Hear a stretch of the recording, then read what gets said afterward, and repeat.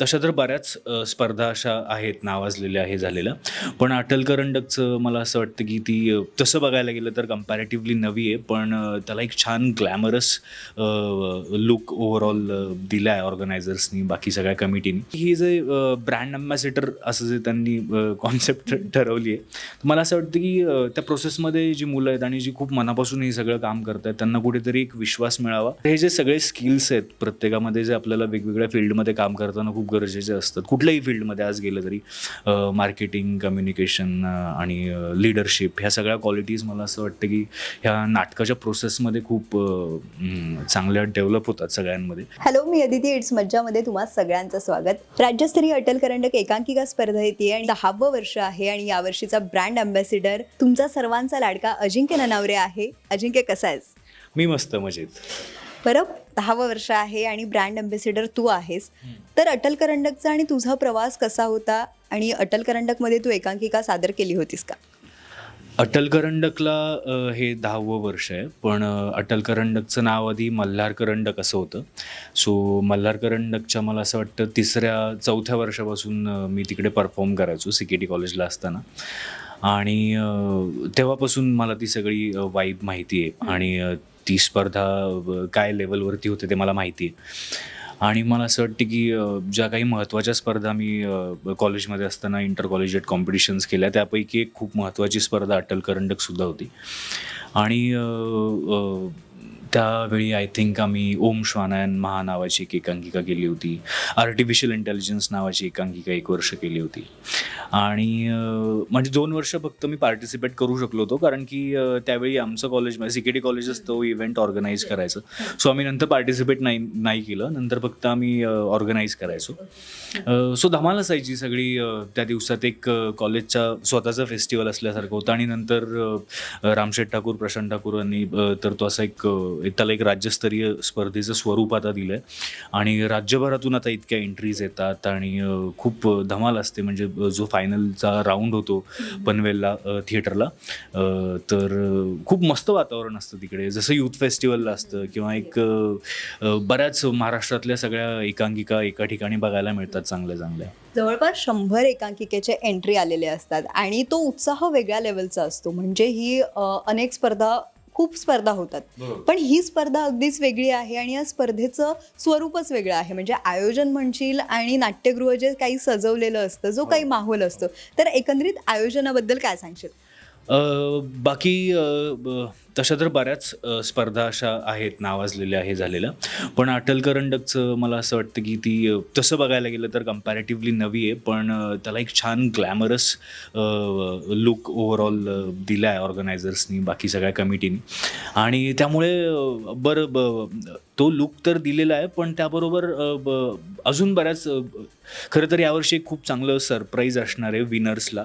आणि फायनलला जे येणार आहेत, आता ते मी आत्ताच सांगत नाही, ते तुम्हाला नंतर कळेल की फायनलला ज्या सगळ्या एकांकिका येणार आहेत त्यांच्यासाठी एक म्हणजे बक्षीस तर असतंच, जी काही रोख रक्कम आहे किंवा ट्रॉफी असते, पण त्याशिवाय खूप खास आणि मला असं वाटतं की खूपच युनिक गोष्ट असेल ती, जी दरवेळेस काहीतरी नवीन असतं. हां, पण ही त्यापेक्षाही मला असं वाटतं की जरा ह्यावेळी जरा खरंच खूप आणि जी खरंच सगळ्यांना आपल्याला त्या प्रवासात असताना, एकांकिका करत असताना, आपण राज्यस्तरीय एकांकिका करतो, त्यात एकांकिका डेव्हलप करण्यापासून, त्या लिखाणापासून सगळीच एक प्रोसेस असते. तर त्या प्रोसेसला खूप छान उपयोगी पडेल असं काहीतरी तुम्हाला छान एक सरप्राईज मिळणार आहे. पण मला असं वाटतं की खूप चांगल्या पद्धतीने ऑर्गनाईज करतात.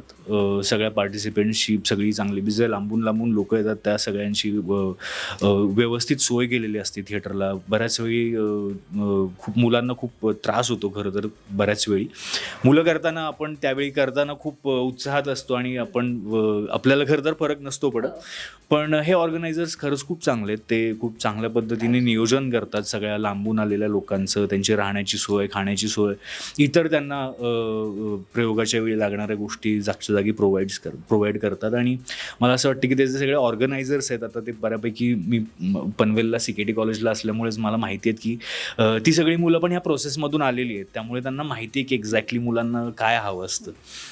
सो खूप छान वाटतं मला. तू याआधी कॉलेजमध्ये शिकत होतास आणि 2 वर्ष तू एकांकिकेमध्ये पार्टिसिपेट केलंस, पण त्यानंतर तू क्राऊडमध्ये काम केलंयस, टीम मेंबर म्हणून काम केलंयस अटल करंडकचं. मग तेव्हाची जी प्रोसेस होती आणि तू आत्ता डिरेक्टली ब्रँड अँबॅसिडर म्हणून जातोयस, तर काय फिलिंग आहे, कसं वाटतंय? आणि जेव्हा तुला विचारलं गेलं की ब्रँड अँबॅसिडर म्हणून, तेव्हा काय रिॲक्शन होती तुझी, काय सांगशील? खरं तर हे एकांकिका स्पर्धेसाठी ब्रँड अँबॅसिडर ठेवणं हे एक युनिक आणि मला असं वाटतं की नवीन गोष्ट आहे. हे असं जनरली कुठे बघायला मिळत नाही आणि त्यामागचा हेतू खरंच खूप चांगला आहे. कारण की त्या प्रवासात असताना एकांकिका करत असताना किंवा हे करत असताना बरेच जण हौशी असतात. स्वतःला आपल्यात ते सगळे कलागुण आहेत की नाही ते कुठेतरी आजमावून बघायचं असतं त्यांना आणि कोणालाच खात्री नसते की यातून पुढे गेल्यानंतर काय होईल. तर मला असं वाटतं की ही जे ब्रँड अँबॅसिडर असं जे त्यांनी कॉन्सेप्ट ठरवली आहे, मला असं वाटतं की त्या प्रोसेसमध्ये जी मुलं आहेत आणि जी खूप मनापासून हे सगळं काम करत आहेत त्यांना कुठेतरी एक विश्वास मिळावा, पुढे जाण्यासाठी प्रेरणा मिळावी की जर आपण योग्य रीतीने जेन्युअनली काम करत राहिलो, प्रामाणिकपणे आपलं काम करत राहिलो, अभ्यास करत राहिलो. कारण नाटक हा विषय खरं तर आयुष्य शिकवणारा आहे. म्हणजे खूप मोठी गोष्ट आहे ती. हे वाक्य बोलणं आहे माझ्यासाठी पण खूप मोठी गोष्ट आहे. पण हे खरंच आहे कारण की खरं तर बऱ्याच गोष्टी आहेत पण माझ्या पर्सनल एक्सपिरियन्सवरून सांगायचं झालं तर जसं तू आत्ता विचारलंस की तुम्ही ऑर्गनाईज जेव्हा करायचं तेव्हा काय यायचं, तर हे जे सगळे स्किल्स आहेत प्रत्येकामध्ये जे आपल्याला वेगवेगळ्या फील्डमध्ये काम करताना खूप गरजेचे असतात, कुठल्याही फील्डमध्ये आज गेलं तरी मार्केटिंग, कम्युनिकेशन आणि लिडरशिप ह्या सगळ्या क्वालिटीज मला असं वाटतं की ह्या नाटकाच्या प्रोसेसमध्ये खूप चांगल्या डेव्हलप होतात सगळ्यांमध्ये. तर ह्या सगळ्या क्वालिटीज मला त्यावेळी कॉलेजमध्ये असतानाच एक्सप्लोअर करायला मिळाल्या. तशा अँगलनी मला बघायला मिळालं ह्या सगळ्या प्रोसेसकडे. तर मला असं वाटतं की खूप शिकायला मिळालं मला या प्रोसेसमध्ये. बरं, हा तुझा प्रवास कसा होता? म्हणजे एकांकिका आणि आता तू सिरियल करतोयस आणि कॉलेजमध्ये जेव्हा आपण ॲज अ गेस्ट म्हणून जातो तेव्हाची एक फिलिंग वेगळीच असते आपल्यासाठी. पण तू आता इथे एक वेगळ्याच लेवलवर जाणार आहेस, ब्रँड अँबॅसिडर म्हणून जाणार आहेस, तर मग ती फिलिंग काय आहे तुझी? खरं सांगू, ब्रँड अँबॅसिडर हा शब्द थोडा ह्या सगळ्याशी मला थोडा आउट ऑफ द बॉक्स वाटतो खरं तर. पण मला फिलिंग अशी आहे की जसं मी आत्ता म्हणालो की त्यांचा हेतू खूप चांगला आहे. मला खूप आवडेल तिथल्या सगळ्या आलेल्या पार्टिसिपंट्स बरोबर गप्पा मारायला, त्या सगळ्या एकांकिका बघायला, त्यांच्याबरोबर आता मी बरेच दिवस झालं ते सगळं वातावरण बघितलेलं नाही आहे एकांकिका स्पर्धेचं, तर ते वातावरण अनुभवायला मला खूप आवडेल. ती जी धगधग असते एकांकिका सुरू होण्याआधीची, ती जी धावपळ असते, ते सगळं बरोबर असलं पाहिजे अशी जी धमाल असते ती सगळी मला अनुभवायची आहे. सो फिलिंग्स म्हणायला जाशील तर हेच फिलिंग आहे की आय एम व्हेरी एक्सायटेड की कसं काय होईल त्या 3-4 दिवसात आणि मला खूप मजा येईल ते 3-4 दिवसातलं सगळं वातावरण पुन्हा एकदा अनुभवायला.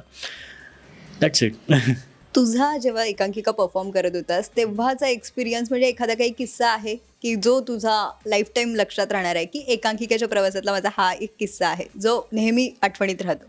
किस्से तर खूप आहेत यार. एकांकिका त्यातला एक. प्रयोग म्हटलं की किस्से तर होत राहतात, खूप आहेत. दर प्रयोगाला नवीन. दर प्रयोगाला नवीन. तर आम्ही कॉलेजला असताना आर्टिफिशियल इंटेलिजन्स नावाची एक एकांकिका केली होती आणि त्यामध्ये प्रवीण तरडेंनी लिहिलेली ती एकांकिका आहे. प्रमोद शेलार आमचे डिरेक्टर होते त्यावेळी आणि माझे काही सिनियर्स, मी आणि काही नवीन बॅचची मुलं असं आम्ही घेऊन ते गेलो होतो. सो जनरली काय होतं की सुरुवातीला खूप कॉलेजमध्ये खूप मुलं येतात ऑडिशन्सला हे, पण जर ती प्रोसेस सुरू झाली की मग काही काही लोक डगमगतात, कमी होतात. मग रिहर्सल्सला खूप वेळ द्यावा लागतो नंतर, मग तर त्यांचे जरा प्रॉब्लेम्स असतात. काही लोकांना नसतंच पॅशन, हे नंतर लक्षात येतं तर ते निघून जातात.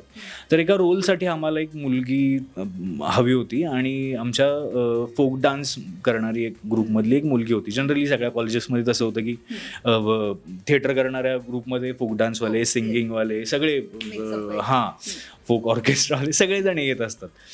तर आणि मुळात मला असं वाटतं की नाटक ही गोष्टच अशी की सगळ्या 5 कलांचं एकत्र येऊन नाटक तयार होतं. फोक डान्सच्या ग्रुपमध्ये एक ग्लोरी मोहंता नावाची मुलगी आली होती. शी इज बेंगॉली. आता ती पण काम करते बऱ्याच बेंगॉली फिल्म्समध्ये.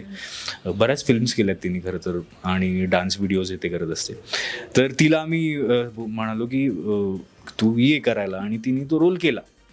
सो रिहर्सल्सला काय होतं, जनरली रिहर्सल करताना डॅडो बॉक्स आपण ठेवतो आणि तसंच आपण हे करतो. तर रिहर्सल ब्लॉकिंग करताना आम्ही फक्त मार्किंग केलं होतं, ब्लॉक्स पण नव्हते ठेवले, कारण की लगेच स्पर्धेला जायचं होतं आम्हाला. सो आमच्या सगळ्यांच्या डोक्यात होतं की ते ब्लॉक्स आहेत. सो ती मुवमेंट देताना तिला सांगितलं होतं खरं तर फिरून ये, पण ते कोणाच्या नंतर लक्षात नसेल आलं, कारण ती मागे उभी असायची, पुढे एक सिरियस सीन चालू असायचं आणि त्या सीनवर रिॲक्ट व्हायला तिला पुढे यायचं असायचं. सो ते कोणाच्या लक्षात नाही आलं बहुतेक की ती त्या मार्किंगवरूनच येते, तर ती तशीच यायची. आता प्रयोगाला गेल्यावरती आम्ही तिथे ते डॅडो बॉक्स ठेवले होते, तर ती खूप सिरियस सीन पुढे चालू आहे, ही इकडे बाल्कनीमध्ये एस्टॅब्लिश केली होती मागे आणि ती मागून आता पुढे येणार आहे. तर ती पुढे येणार आहे, तर ती त्या ठोकळ्यांवर पाय देऊन उतरून खाली आली. तर सगळ्या ऑडियन्समधून खूप जोरात लाफ्टर आला आणि आम्ही आलो की यार एव्हरीथिंग इज गुड, आम्ही आमचं नीट करतोय, खूप सिरियस सीन आहे, ऑडियन्स हसतंय का. मग आणि कळेच ना आम्हाला कोणाला की काय झालंय. मग आम्ही पुढचा प्रयोग कसं तरी झालं, ते संपलं, आम्हाला मग नंतर आम्हाला कळलं की ह्या ताई अशा चालत आल्या. असं होतच राहते, धमाल खूप असतात की. म्हणजे तिला ऍक्च्युली सेट कसा असतो किंवा ते माहित नव्हतं. म्हणजे एकांकिका आपण जेव्हा करतो, सांगितलं होतं, पण त्या रिहर्सलच्या प्रोसेसमध्ये विसरलो. तर ती पण त्या गडबडीत, आणि ती पण पहिल्यांदा करत होती. सो ती अशा खूप गमती जमती असतात.